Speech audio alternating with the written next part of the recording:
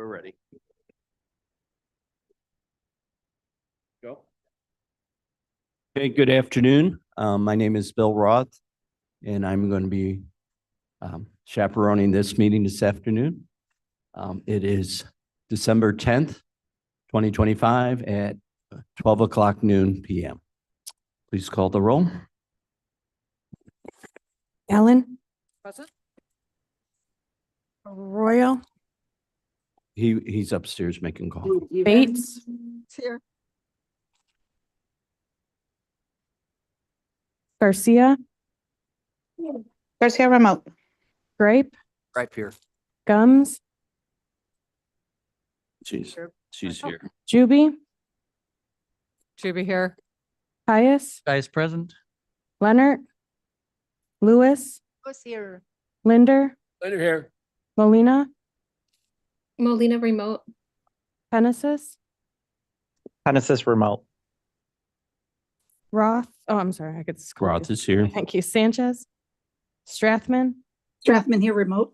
Surges, Tarver, Pepe. He was here. He's here. Kevin's upstairs, but I don't know if he's coming back. Williams, Young, Pirog. I kind of. You do not have an in-person quorum. We do not have quorum. We were gonna have a closed session scheduled to review closed session minutes. Since we don't have quorum, we will do that next cow. So, Mr. Ford, you're excused from. Thank you for coming down. How many we got? And we have Mr. Tepe, we're still short, right? 3, What, 12? I Right. think I'm pretty sure you need 13. 7, 8, we're not even close. So we're one short. Okay, One short, maybe somebody will come. so we did roll One short. call. Can I get a approval for Ms. Garcia, Ms. Molina, and No. Mr. Innocent for, oh, we don't have quorum, never mind. All right, we can still do the pledge. Mavis, I'm gonna ask you to do the How pledge. do we? Allegiance to the flag of the United States of America, republic which stands one nation under God, indivisible, liberty, and justice for all. Thank you. Can't approve minutes. Is there anybody here for public comment? Seeing none, thank you. All right, presentations. First one is the history of Fabian property. Who's gonna, Ms. Is there Olnick will speak Sure. on that. Thank no, you. no quincentennial comment today? Do you have any historical? Wait a minute, our historian's not presenting it? What is? Historian. On December 10th, 1775, John Adams wrote to his wife Abigail complaining that the Congress meetings were taking too long. Some things never change. Apropos. Yes, he said, and we are dealing with subjects more weighty even than kingdoms and empires. We're not. Yeah, it's Ms. Bates. I just have a comment. Thank you to the people who are here today and to the people who are on Zoom today and in the audience.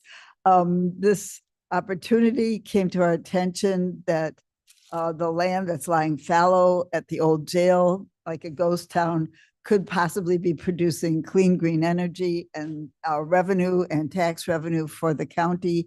So we want to present this as a possibility. So go ahead, Jody. Thank you for the introduction, and certainly we appreciate everyone here today and Mr. Roth chairing this meeting. As we heard in the budget discussion, there was some folks that brought up the idea of selling the Fabian property. And we've been kind of tossing around in our head how we could possibly get some revenue off this property that would help the county government with the revenue issues. And so what we wanted to do today is just start off a general discussion on some options. We are hoping, having had a E&E committee last month, to do an initial presentation. We've gotten some feedback and hopefully we have enough information to at least start a discussion on some potentials for this property. So the purpose of the meeting today will be to review the history of the property.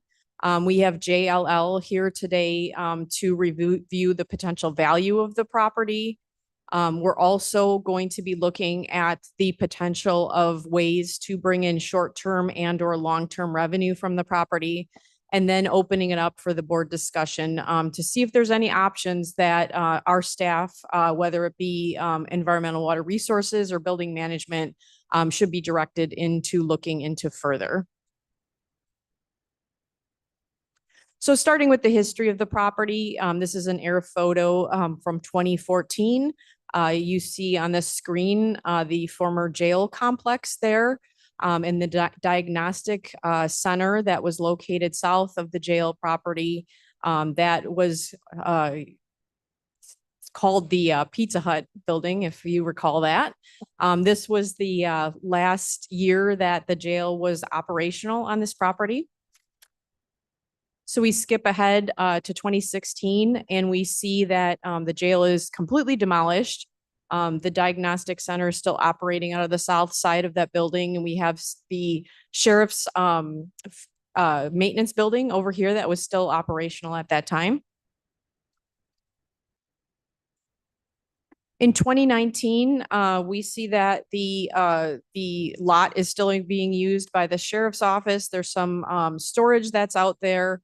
I did put on the screen where the cemetery is located. That is actually off of the county's property. It's on the Forest Preserve property, but I know we always have a question about that.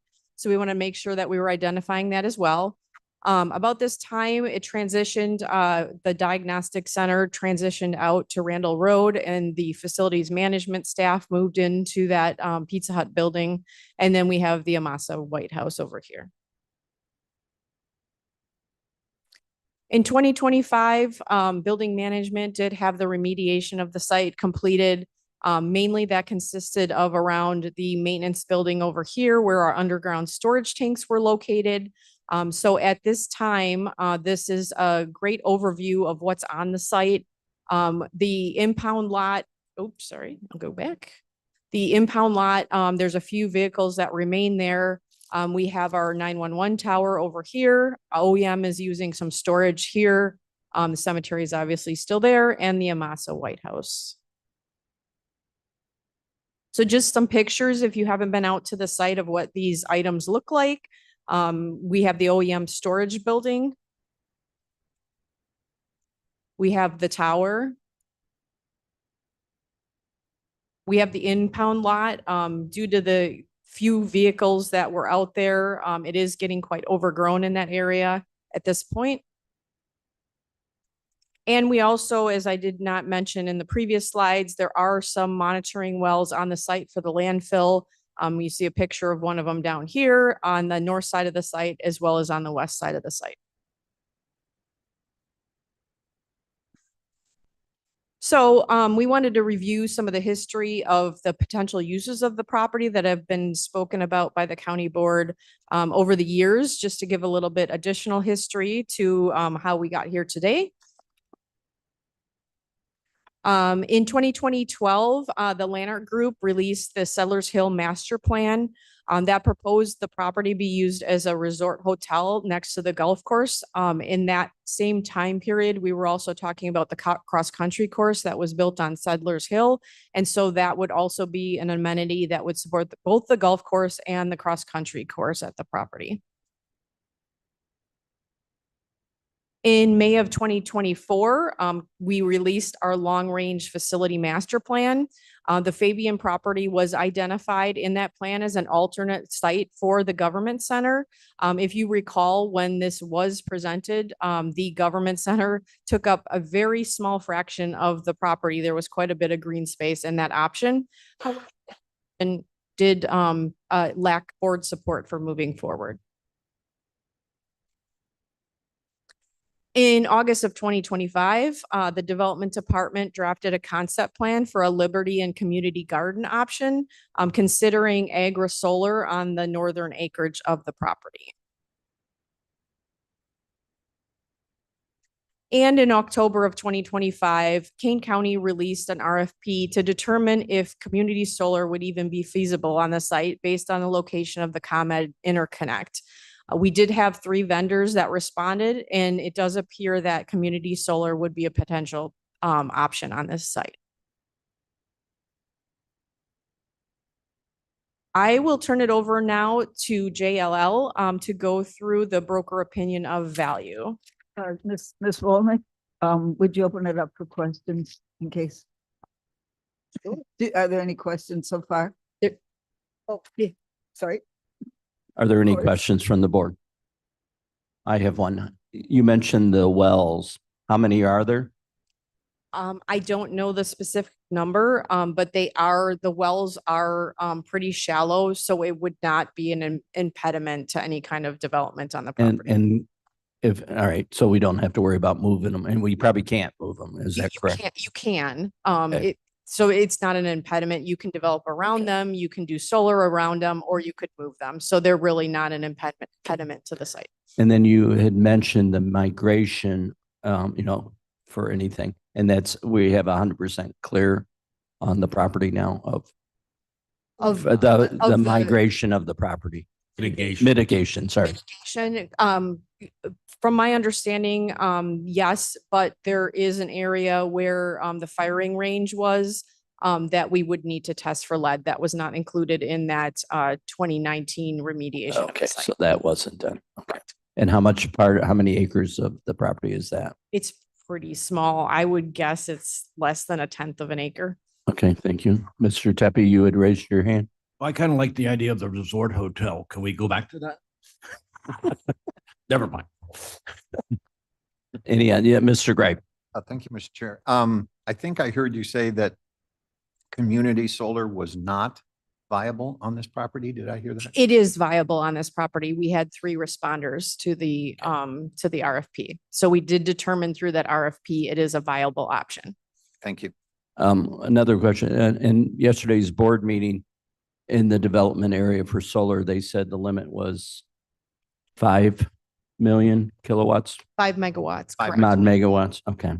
So are we over that? Yep. Okay, thank you. Any other questions? Okay, thank you, Ms. Chair Moore. Surges. Oh, sorry, Mr. Surges, I missed your. And I Understand. guess my initial question on this is there a general consensus at the board level that this property is in play, and that we have an urgency to do something with this? I'm just a little confused. I mean, I understand the So- exuberance. All right, Yeah, I understand the exuberance of the. Bates is raising her hand. Yeah, I understand the exuberance of the of the solar fields right now. But I'm just, we've already done one field out there by the courthouse and now a second one. And I'm just wondering, is the board am I just the only outcast? And is the board standing up saying, "Oh my gosh, we have to do this. Why are we delaying?" Or is this just catching me off guard? Ms. Bates, your response? Thank you. This is we're floating a balloon here, Cliff. Oh, and, gotcha. Thanks, Megan. proposing, this land has laid fallow for 30 years, 25, 30 years, and we would like to make good use of it. And this is the first salvo in this proposal. This is one option being considered. There are other options, but we have not discussed anything. Is that correct? The intent of today is to kind of go through the various options and see if there's any appetite to move forward with any of them, one of them being potentially selling the property. And there may be other options not even mentioned today, so we haven't done a thorough study on that yet. Okay, thank you. Mr. Chair? Yes, Mr. Mrs. Kais? Kais. Yes, if my memory serves me, didn't we just a year or two ago, or maybe not even that long ago, request, as Ms. Gums mentioned in the previous meeting, that we review all of the available properties available for sale?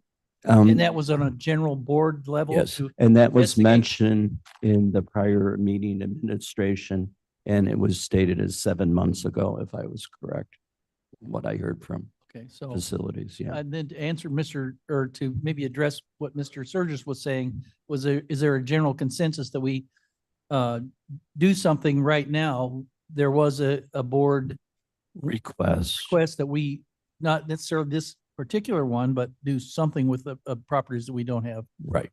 not using. There was right now. approximately 50 properties on that list.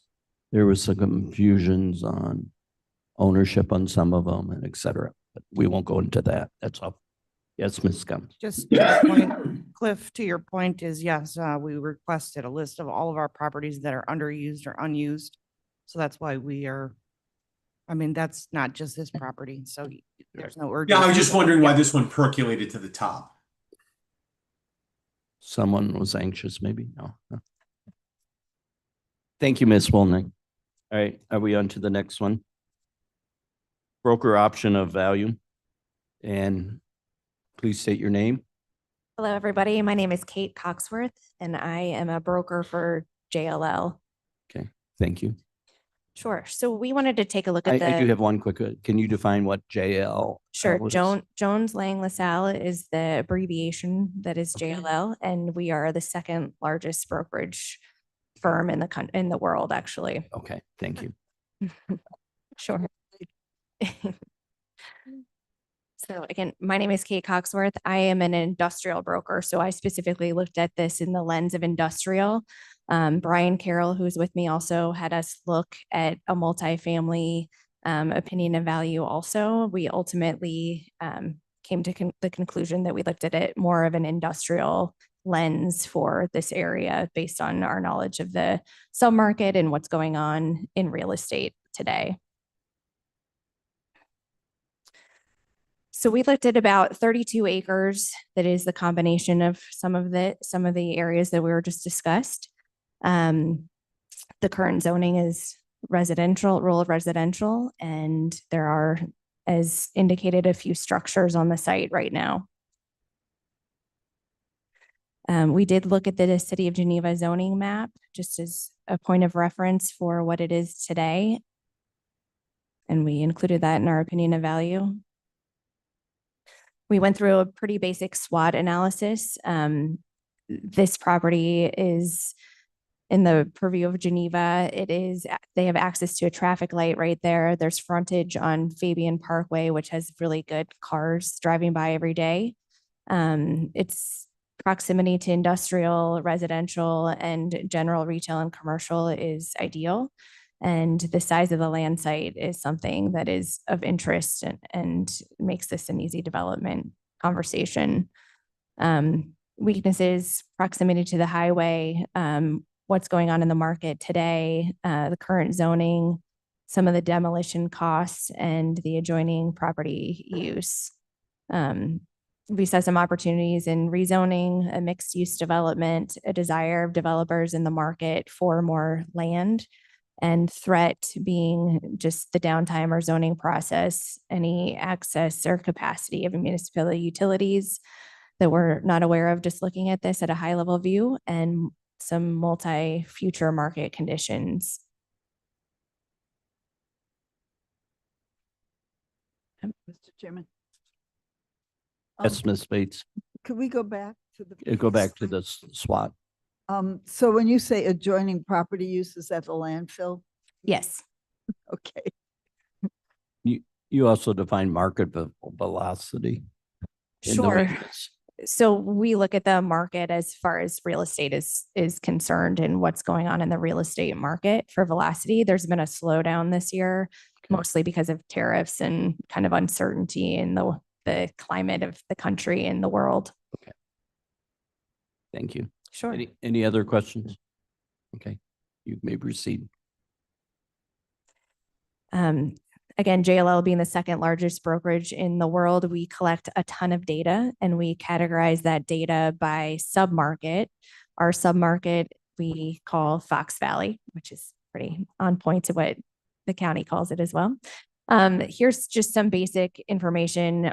This is all available to everybody. I don't need to go through it in detail here, but just it kind of gives what's going on specifically to industrial for the third quarter of 2025 in the Fox Valley submarket. And this is more information as far as what leases were signed, what things were sold, and what type of product or inventory. We really look at just the warehousing and distribution versus general manufacturing buildings, and they each have a little bit different specifications depending on warehousing or manufacturing. Also included are some land sales and comps, so you guys can take a look at that a little more closely. If you look to the second to last column on the right, that is the per square foot price of the land, just so that everybody knows. If you're not aware, 1 acre of land is 43,560 square feet. And so when it looks at a per square foot basis, you take the number of acres times 43,560 times the per square foot price, and that's how they come up with the total.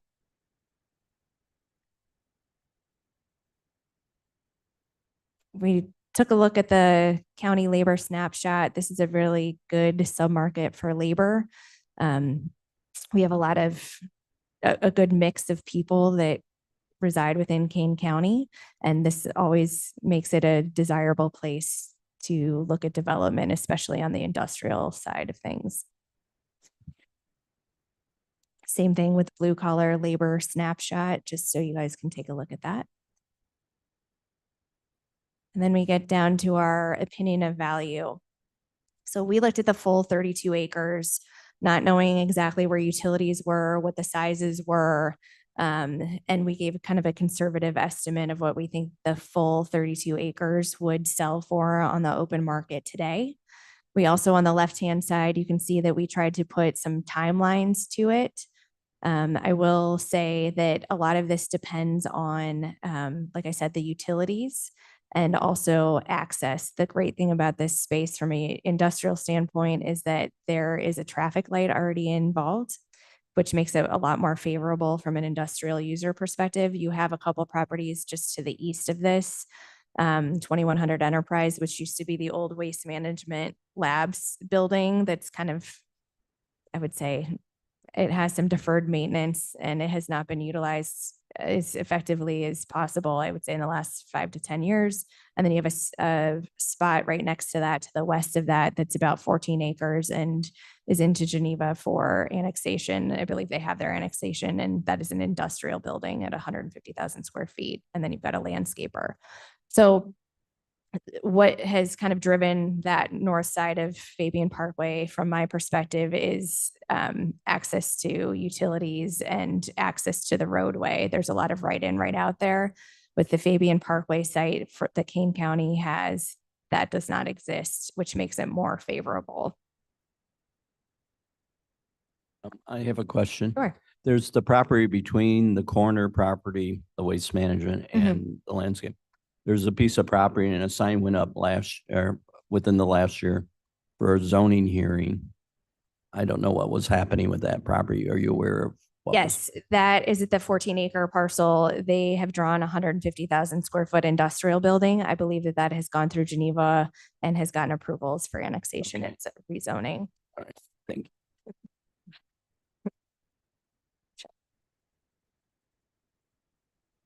Questions before I go on? Anyone have questions? Okay, no. Okay. Proceed. Going to go into the values there on the right? Yes, I can. Absolutely. Oh, sorry. I didn't know That's the how good part. granular you guys would like to get it right at this moment. So this was just kind of a 30,000 foot view, not knowing what the utilities are to the site. Property is more favorable if there are utilities to the site that are the correct sizing for the industrial users. Just looking at where the site sits and just considering it being a green field, we put some numbers to this. Kind of the low end of things we said was $1.75 to $2 a square foot. So sorry, it looks like we left off that total price, but it's in the $2 million range.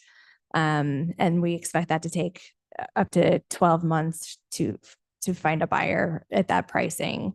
If we want to get a little bit more aggressive on pricing or better outcome for the county, we anticipate that taking 12 to 18 months to find the correct buyer, and that being between $2 and $2.25 a square foot. And then highest and best, if we can find a user that can make sense of the whole site, we think it'll take about 18 months to 24 months. And that pricing should be about $225 to $250 a square foot, which is in the $3.1 to $3.5 million range for the 32 acres. Any questions? Mr. Gripe? Thank you, Mr. Chair. Very helpful information. Sure. These are all industrial-based opportunities, right? They are. Is there a similar chart you folks worked up for residential? We did, and we have multifamily, and we included that in the appendix. The reason being that it's included in the appendix is that when we talk about real estate in general, we kind of look at all the asset classes and see where there's most investment in and kind of break that down by location. It was our opinion that highest and best use for this site is most likely going to be industrial, as far as time to get it to market and sell it quickly. So if I may, if we're not in a hurry to sell it, but we'd like to get a better price, is it possible for you to work up an illustration with our help? You might need that, of the tax generation that could come from an industrial versus a residential versus a hotel resort complex? I think we can get pretty close. We can provide some inputs for you that would be, I think, get you pretty close to what you're looking for. Mr. Chairman. Just seems to me that it's not just what we get today, it's what we get 5 years from now, 10 years from now, 20 years from now. That would be great. Thank you. Mr. Chairman. Yes, Ms. Bates. Ms. Wolnick. Yeah, we have some further slides in the presentation that specifically talk about the frontage along Fabian. We did pull tax dollars from similar developments within the county. We did only pull the numbers for the city of Geneva because in the conversation between community solar options versus development, it really was not a difference in what the city of Geneva would be seeing for industrial, multifamily, or commercial. They would be getting about $11,000 to $15,000 for a 10-acre development. You multiply that times 3 to get to the 32 acres, so about $30,000 a year for any of those. The numbers were all very similar. The difference is the community solar, you get like a tenth of that in tax dollars. So instead of Geneva getting $30,000 for the site, if you did the entire site in development, you would be getting $3,000. So you're talking a 10 times increase for any kind of development on the site versus a solar development on the site. Does that help?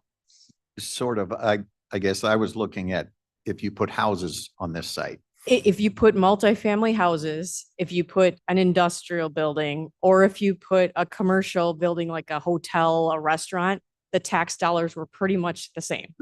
There was not a huge difference by a couple $1,000s. You weren't talking a huge number. Okay.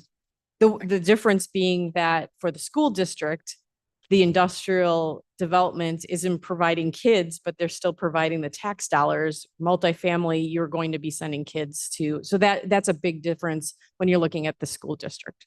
That helps. Thank you. Okay, thank you, Ms. Wolnick. Okay, go ahead, please. Was there another question? Sorry. Yeah. Okay. No. We ran through some of the JLL capabilities. I'll zip through this slide. You guys can take a look at it, but we have a big reach as a Fortune 200 company. We did put together an appendix as discussed about alternate uses and specifically multifamily. So we do have that in there. We didn't want to spend a ton of time on it because we felt that highest and best use was likely going to be industrial from our perspective, but we did want to make sure that you had access to see kind of how we got to that answer. Okay. Any questions? Do. Yes, Ms. Gums. Quick question. Repeatedly, you've now said that the best use is industrial, and I just want to know, you're gonna explain how you got there, but is that based on how quickly we want to develop this? I mean, is that really the basis of it? Because you said something about not knowing about the utilities. I don't know the answers to these questions, but maybe you do. It was a fully functional, gigantic facility with all kinds of utilities. I don't think we dug those out. Yes, and it's the location, the utilities and the infrastructure that would have to go in to redevelop the site. That's the question that we have not dug into yet. As far as how we got to industrial being the highest and best use, it's the surrounding area, what's going on kind of in that market to the east side of Geneva. They are now underway with a large industrial development that has started, and the road extended from Cowits Road down to Fabian Parkway. That area has largely been industrial for a long time. You have all the stuff south of it in Batavia that's been part of the very large industrial park for a long time. And then you do have individual houses on the other to the south side of that as well. When we look at things, just what's going on with the market, generally speaking, industrial development has continued to be a very big push from finance companies, and we expect that to continue. And we have not seen a slowdown, and that's part of the reason why we got to that as highest and best use. Thank you. Okay. Ms. Bates? Yeah, in one of our pre-meetings, Mr. Carroll, if you could talk about that it was an island, or maybe that's what, you could talk, that's what the word island kept coming up, that this residential area had no amenities around it for being residential. Thank you. Yeah, when we look at highest and best use, what we do is what's called a land residual analysis.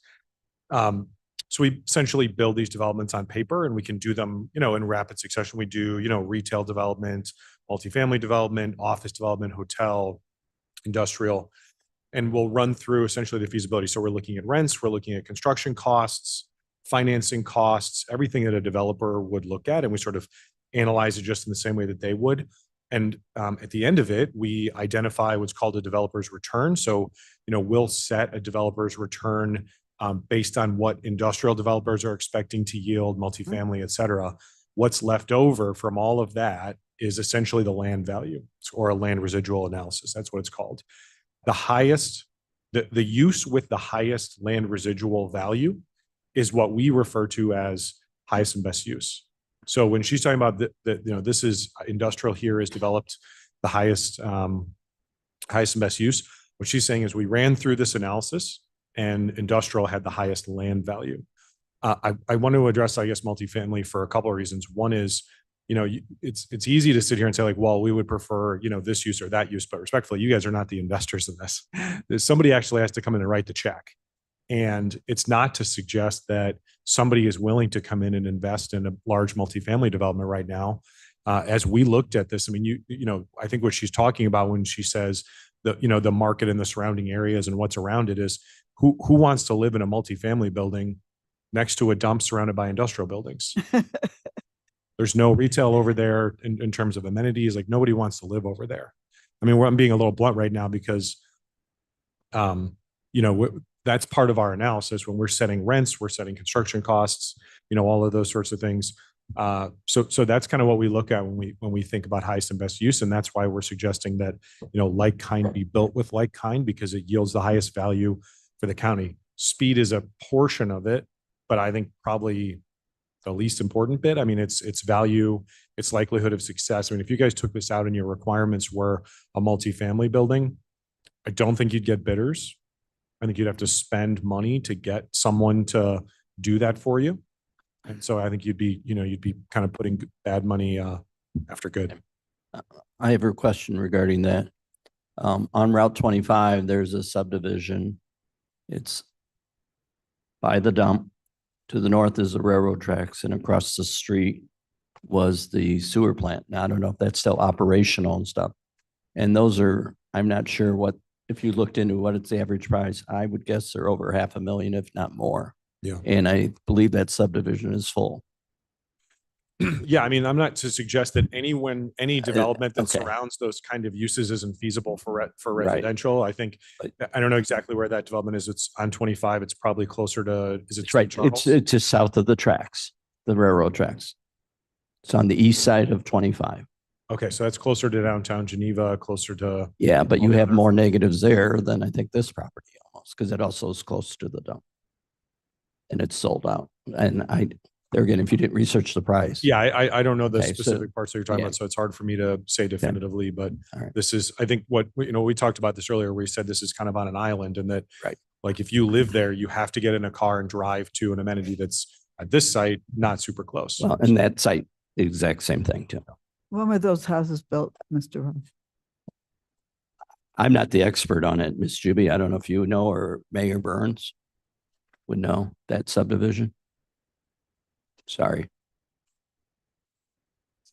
Since it's your city, you should know. Yes, good afternoon. Forgive me for my attire. I was out shoveling. The subdivision in question is called the Fox Run subdivision. It was the erstwhile land to develop the world headquarters of Waste Management. Right. Waste Management sold the land. It was developed.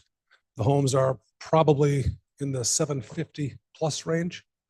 There are, however, some, best way to describe this, some observations on when and if people move into that neighborhood, that they are so advised that you are next to the old Midway landfill. You are across the street from the city of Geneva's wastewater treatment plant. And 3, you are on a state highway. So that is all, but in fact, I can remember vividly those days when that plan was approved. Right. These codicils were included in the sale of every home. And the 4th, it's right next to the Northwestern tracks, Jim. Correct. So they're going for 750. Okay. Yes, sir. 850. I would point out to the difference is the proximity to downtown. Downtown's a huge draw for residential. Looks like I'm trying to figure out how exactly you'd route this, but I mean, you're downtown in a couple of minutes. This is, when we say it's on an island, you have to access it from Fabian, and you've got to go, east or west on Fabian. And there's not really, like, to get to anywhere where you actually want to be spending time is a bit of a drive. It's within 5 minutes difference compared to that subdivision, because I drive that all the time. Okay, Mr. Gripe, you had a question. Yes, thanks, Mr. Chair. You've been using the term residual land value, and my amateur understanding of that and why it's important is that once you buy a piece of property, what you put into it and what you've done will determine what the residual land value is. So I think you're saying that the residual land value for industrial is highest, meaning after I buy it, after somebody buys it and they invest all they're going to invest in it, that they're better off than somebody who would have, let's say, done residential, put all the money into that, develop that, sell those, and they wouldn't have as much equity, I guess, or value. Is that a fair? So the inherent, the underlying land acquisition. So they're going through this, they're not going in and guessing right through this investment process. I mean, they know what the rent comps are. They know what construction costs are. They know what their exit's going to be. They'll have, typically a developer like that will have a specific amount of time that they want to hold. If it's an industrial development, if it's multifamily, they'll know the pace at which those things are moving. Like, they've got this mapped out. And so they, map it out and discount it back and say, okay, this is how much I can pay for the land right now and still earn my return. So that's what that means. Thank you. Thank you. Any other questions? Okay. Number C, Kane County Community Solar Review. Mr. Schrammel. I am not And Mr. Jody. Schrammel. Okay, I'm sorry, To get us a but he's standing right forward, behind yeah. you. Yes. In the wings, I'm trying to get him to where his slides are. Okay. So yes, we have Arnie Schrammel, our energy consultant from Progressive Business Solutions. He's just going to go through the RFP that was released and the responders to that and talk about the potential for community solar on the Fabian property. Thank you, Jody. Again, I'm Arnie Schrammel with Progressive Energy down in Aurora, Illinois. And we've helped develop over 60 large scale and industrial scale solar projects. The King County Energy Environment Committee asked us to evaluate that property as what is potential for solar. And just let the committee know, and a lot of you know this, we've helped a lot of landowners look at potentially doing community solar, and about 80% of them never go forward because there isn't enough ComEd infrastructure to take the power at a reasonable price. So you could look at a nice piece of land where the landowner wants to put community solar. You work with ComEd and ComEd says there's no space on the substation.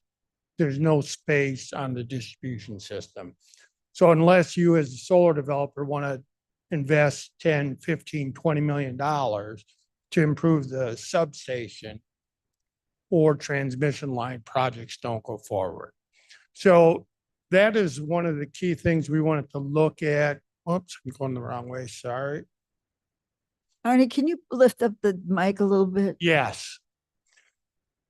So a couple of our guiding principles is find alternative revenues for vacant land. And when we started looking at this 32 acres, our first guiding principle, which I didn't put on here, is we weren't looking at the whole 32 acres. We were looking at 11 acres, kind of what I call the north and west side, where the current communications tower is, where the wells are, probably the least buildable portion of that 32 acres. And then we also said, let's add the 11 acres just to the east of that to see what a bigger site looks like. But we always, the intent of what we looked at was not to look at the whole site, the whole 32 acres. The front 11 acres on Fabian was always meant to be open for other potential uses.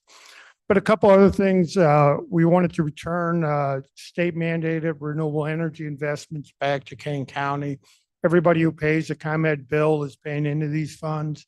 Lower ComEd's electric costs. As subscribers, you generally save at least 10% when you subscribe to community solar. Be good stewards of the land, support Illinois clean energy initiatives, return county-owned vacant land to the tax rolls, and no capital investment for Kane County. Again, so the first thing we did was develop a RFP with the Kane County's procurement department. Because again, we wanted to get to the point, is solar even viable on this piece of property? The winning bidder gets the option to develop the land, form due diligence, ComEd infrastructure requirements. The Illinois Shines program is all the rules that govern community solar. Conduct a survey and engineering, secure Illinois solar funds, and have an option to lease the property from the county from a 25 to 35-year time period. Core successful bidder criteria is electric infrastructure investment would be paid for by the winning bidder. The lease, the amount of lease, what they're going to pay per acre and what the escalator is, the total lease revenue for the term, and their experience on developing large-scale solar projects. So the good news was we had 3 bidders, experienced bidders, that all came back and said that this property can be developed for community solar. And it could be broken down into 11-acre site or a 22-acre site, depending on what the landowners of the county decides what they want to do. And it generally produced, depending on how large a system, 4 to 6.8 million kilowatt hours. The annual lease payments per acre range from $3,500 an acre to $9,500 an acre. The first year lease payments would range from $100,000 to $130,000. The total payments over a 35-year lease would also range from low $5 million to just under $6 million. The property taxes paid by the developer first year would range $20,000 to $40,000. And then there's the off takers. So with community solar in the value chain, the landowners get a big chunk of the value chain. As some of you know, like land in Kane County, that's farmland, generally leases for around $400 an acre. It can go higher or lower depending on the quality of the land. But when you're talking community solar, that same landowner can get lease payments from $3,000 to $5,000 an acre right now. So the landowners capture a big chunk of the value chain. The other big chunk of the value chain is actually captured by the subscribers to community solar. So when you subscribe to community solar, you generally get electric power at least 10% cheaper than whatever the ComEd rate is. So the big winners on community solar are the landowners and the community solar subscribers.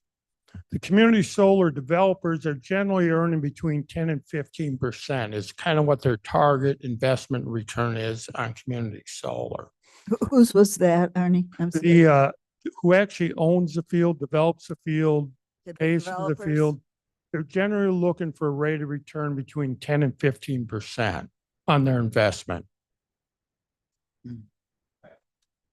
Another question? Well, it was relative to that. So 10 to 15% a year on what they spend. So ballpark, what are we talking for a spend here? Yeah, that, when I say that's a net spend, so that, I'll just pick on 11 acres. If they do battery storage, it's probably round numbers, $10 million investment. They do get money back, about $4 million back from the Illinois Power Authority. They also get depreciation.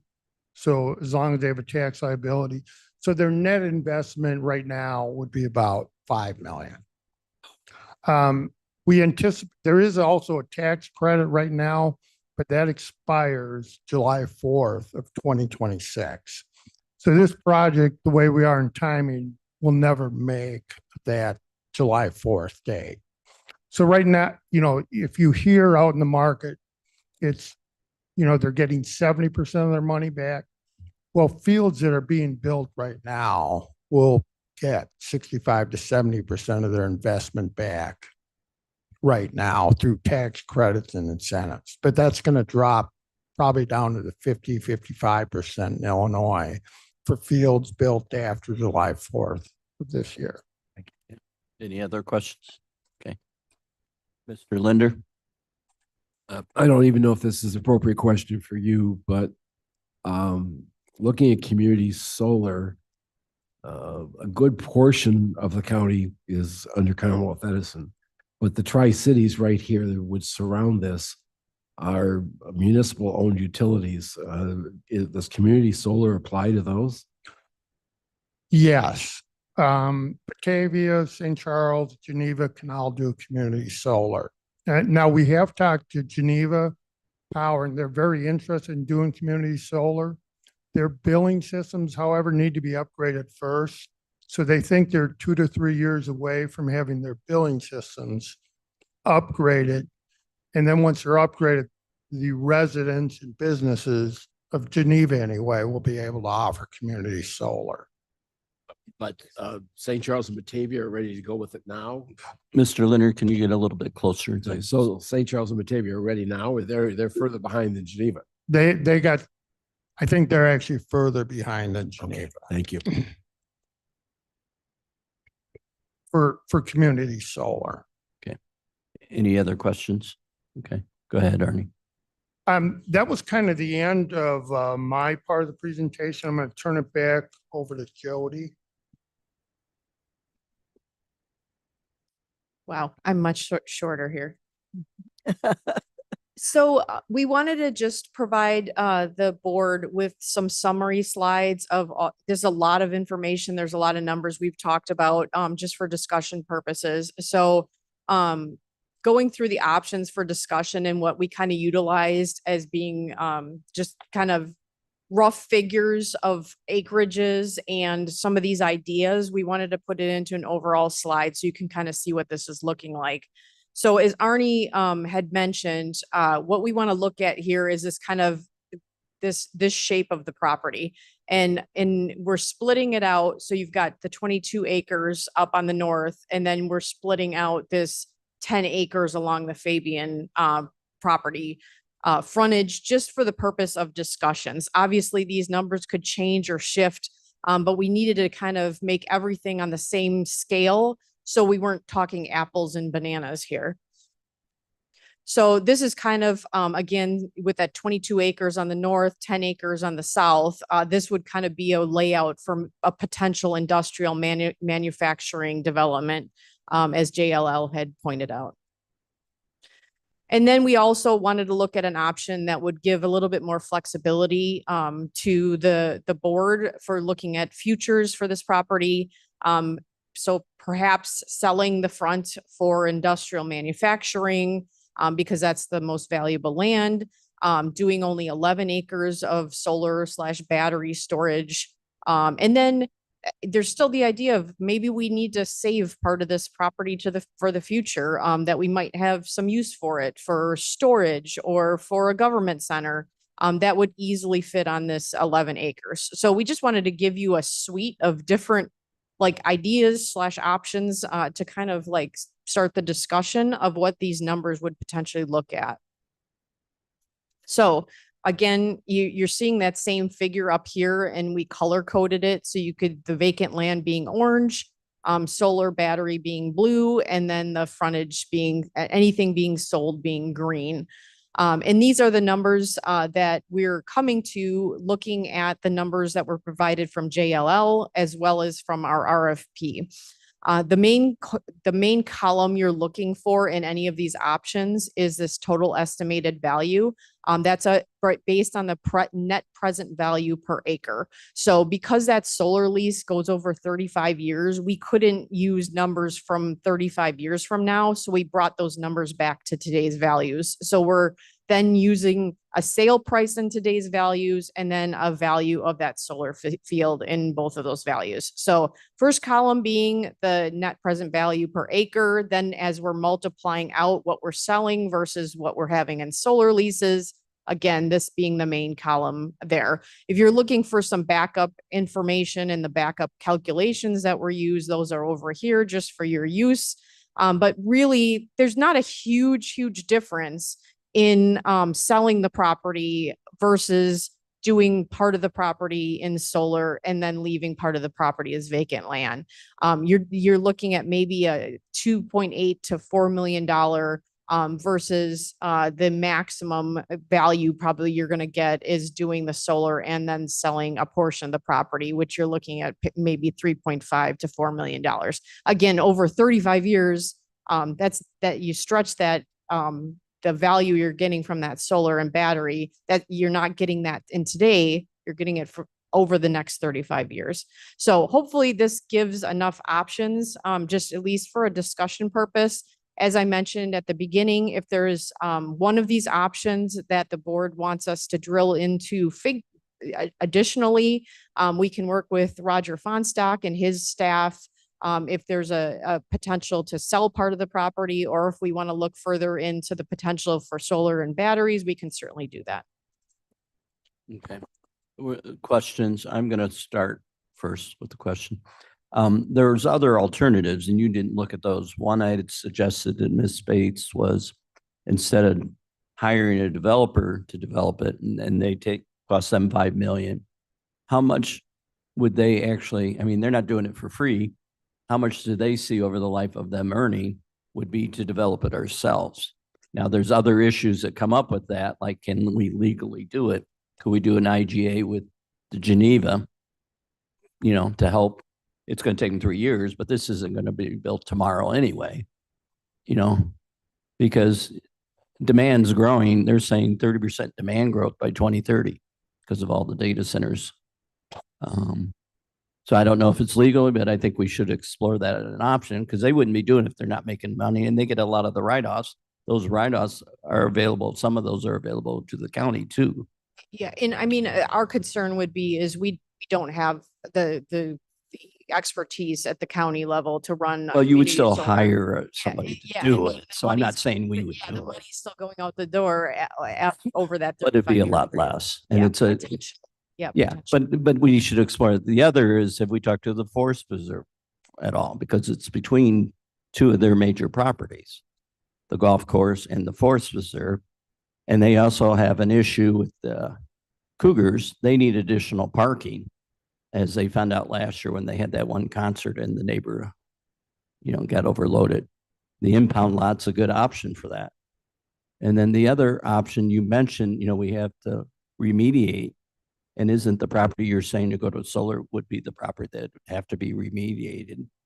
And you're not sure how much, but as a comparison, what did it cost us for Long Meadow? What's the same size property? And that was 17 million. Questions all at once. Well, I The can last repeat one. it. I Yeah. didn't get the Well, last the gun range, remediating the Oh, lead. Yeah, Okay. Long Meadow cost us 17 million. Is that correct? That's 13, but 13 million? Because we did it on site. Right. Okay. And I'm not sure how many acres that was versus this, but that will give you an estimate of what it's going to cost to remediate that. And that's out of the county's, no matter what, whether we sell it, would we be forced to remitigate before we could sell it, or that would lower what we would get? That type of. And then the last thing is the leakage of the dump right now. And when was it, a year ago? We passed a resolution that nobody can do wells south of Fabian? Northeast, okay. So this property could potentially be that same issue, so we'd have to put it in city water. No, it is on city water Already, okay, First off, second off, the mitigation is to the northeast, not to the okay, southwest. and that's why I'm it's asking. going- Yeah, it's going away from the Okay. property. But we also have a fund for future leakage, right, of 5 million? Correct. And that takes effect where we're responsible, It's for the maintenance of the landfill, correct? right? And that takes effect for us in what, 2030? There is no set date for Okay. that. IEPA has to sign off on the final closure period of the landfill with waste management. But once that takes over, will we be responsible in the future if there's a leakage like into this property? We would be, yeah, we're responsible Okay. in perpetuity for the And landfill. I think our current fund we have on that is not sufficient to cover that. Oh, it's definitely not. As I've mentioned previous, it's just to get started with attorneys and engineers and stuff And like that's that. something I think we need to be proactive and start preparing for, because it's going to happen. That's Ms. Bates.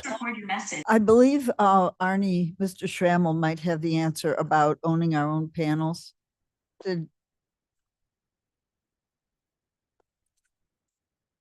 Yeah, from an economic point of view, because the county can't get depreciation, the rate of return would probably be less than 5%. Okay, well, I think, yeah. And two is you have to get a license from the Illinois Power Authority to be a community solar developer.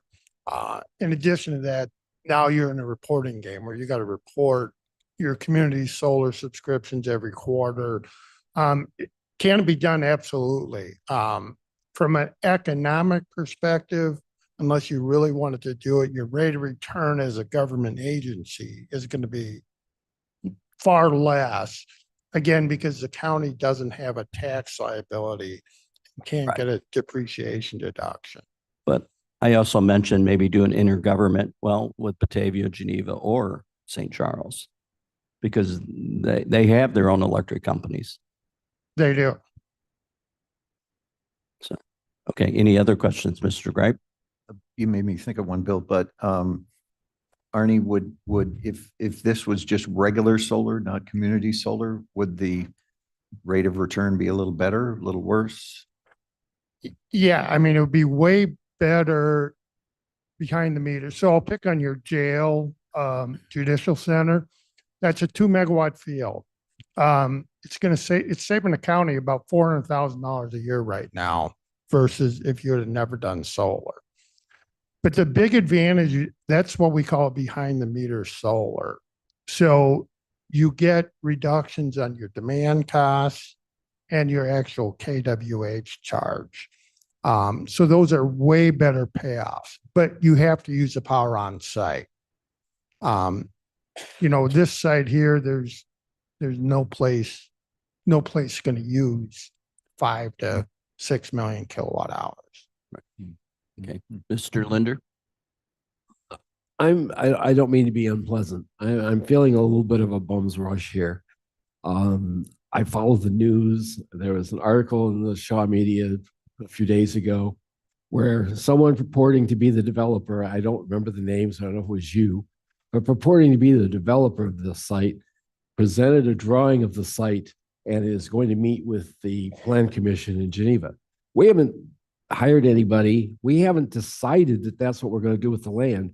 And we've already got somebody out there doing work with the Plan Commission. And I feel that's to pressure us into making a decision, and I'm uncomfortable with it. That has nothing to do with us. We don't know anything about. Yeah, that has nothing to do with the county. That has nothing to do with Progressive. Oh, they had a drawing of this site and they. I'm not saying they didn't. I'm just saying me personally, Progressive or the county has nothing to do with that project. Mr. Burns, come on down. Yeah, Mayor Burns can address that. And, Mr. Chairman, the site in question, as indicated earlier in this meeting, was approved and annexed for a 150,000 square foot industrial building. The current owner of that site, who has those entitlements in hand, is also considering other options, including, but not limited to, a potential solar array. A concept review was provided before the Planning and Zoning Commission in Geneva. The Planning and Zoning Commission was, forgive me, I think tepid with regard to that opportunity, but the potential developer has advanced a full-blown proposal for formal consideration by the Planning and Zoning Commission, which date I just don't recall, but it is on our website when that is scheduled. I believe it's in January.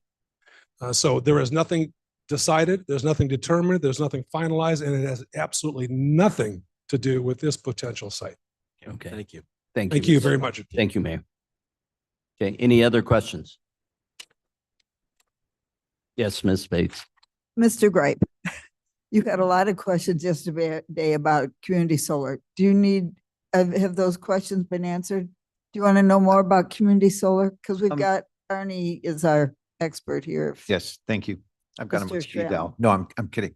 I think my concern is kind of along Mr. Linder's, that I'm still up at 30, 40,000 Yeah. feet about what to do with this place. And I Mhm. think some of us are, ideas are down at 100 feet.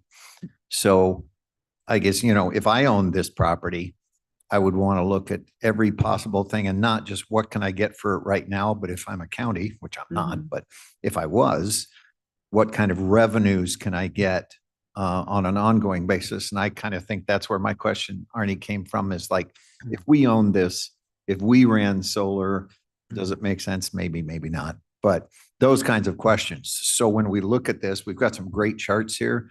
We can say, let's line up solar versus residential versus industrial versus whatever, and see which one makes the most sense now and in the future. Yeah, Mr. Chairman. Yeah. Yes. There is no bum's rush here. We have missed the deadline for the big kahuna tax credits. So, for our developer, so forget about it. Forget about the bum's rush. We've missed that opportunity. So right now this is highest and best use. Of course, I want to put solar panels on there. But that doesn't mean the board does, but we're trying to run the numbers so that we can see that, the solar panels on this property it would put it back on the tax rolls. It would make money for the county with the leasing. It would make money savings for anybody who signs up for this community solar as a subscriber receives a 10% discount. And to me, one of the biggest benefits is it keeps the land in the family. in our family. It keeps the land for future use by Kane County Board. I know 25, 30, 35 years is a huge number, but we work pretty slowly here. When will we be ready for another government center? When will we be ready? When will we need that land for future use? Mayor Burns had told me he had to leave. He's satisfied with the idea of keeping the 10 frontage acres for commercial. I think, and we don't have the whole city council here from Geneva. That's another step along the way. So this meeting is to begin the discussion, to begin the options, and and hopefully to show that solar would be a very viable option for the use for this land, to keep it in our ownership for many years to come. So you have no more questions about No, and community solar? thank you, Mavis. I know you did a lot of work preparing for Uh-huh. this and getting everybody to do a lot of work. So this is how it starts, and we need to keep it rolling and figure out what's best. Thank you. Okay, any other questions? Ms. Ms. Gums. Sorry. Thank We're you, gonna have to Mr. deduct Chair. them out. I appreciate the presentation. I have a lot to think about. I did offer some questions to Ms. Bates to share with the team before this. I would like to piggyback off Mr. Gripe and suggest, I think from my perspective, what we did several months ago is ask for all the properties. We wanted to know what we had, what we didn't need, what we could get rid of. This is an option that I think certainly we ought to listen to. We should also investigate other options. In general, though, I want to say I voted for solar projects and against solar projects, and I think each one is different. What I have a problem with our developers on the solar side is they're often choosing locations or more interested in locations where that infrastructure is already there. We're talking gigantic gazillion-dollar companies who have no interest in investing in themselves. They'd rather use what's already there. And then I think that lowers the benefits for any other developer, right? So we're going to suck up all the infrastructure that's already here. And then other developers are going to have to spend their money to put in infrastructure. So, there's a huge push for solar. I'm super supportive of it, but there's also a reality of land grabbing by solar that gets into our farmland as well. I mean, there's a huge conversation to be had there as well. So I would like to see some other options because best use is subjective, I think. And the corridor in which we're talking about, I drive it all the time, as you do, Mr. Roth. I think developers in general, we're talking globally, developers have, in my opinion, not even thought that this was an option for them. So developers in general didn't know that this was something on our radar to even consider getting rid of or even discuss. I think we've now put that out into the ether. So I think that it will be interesting to see if there's other ideas. We all know that we have a housing situation that that's a big deal too. I mean, there's a lot of things that go into this decision. This might be the best use. I look forward to digging into it, but I think we have started a great conversation and I appreciate staff for doing it. It really is a good thing. Okay, Mr. Tepe. Thank you, Mr. Chair. First off, I'd like to thank everybody for the work and effort that they put in. This was very informative. And even though she did it in the middle of the holiday season when everything's busy, I also thank Ms. Bates, but that's reluctantly. To me, when I've got money or capital to invest, I'd invest it because I want it working and I want it earning. And we've got land back there that's doing nothing and we have no plans on it for quite some time. I completely applaud the decision led by Ms. Bates of putting in solar at the Judicial Center. That continues to save us $100,000 a year or more. Okay, and I would love to see the mixed use concept that Judy put forth, that Jody put forth in the last couple of slides, wherein let's put solar in the back and let's lease out the front. Let's put some, let's put some money back in the coffers. Lord, we can use the income. Thank you. Okay, so you left off the option number one, which was the Tepe Resort. Oh, Well, I really thought that was an interesting one, strangely enough, putting in a place like that directly adjacent to a golf club, particularly with the improvements that are being done with the new management at the golf club. That would be quite interesting. yes, it But would. solar means we continue to own the land. Yes, I agree.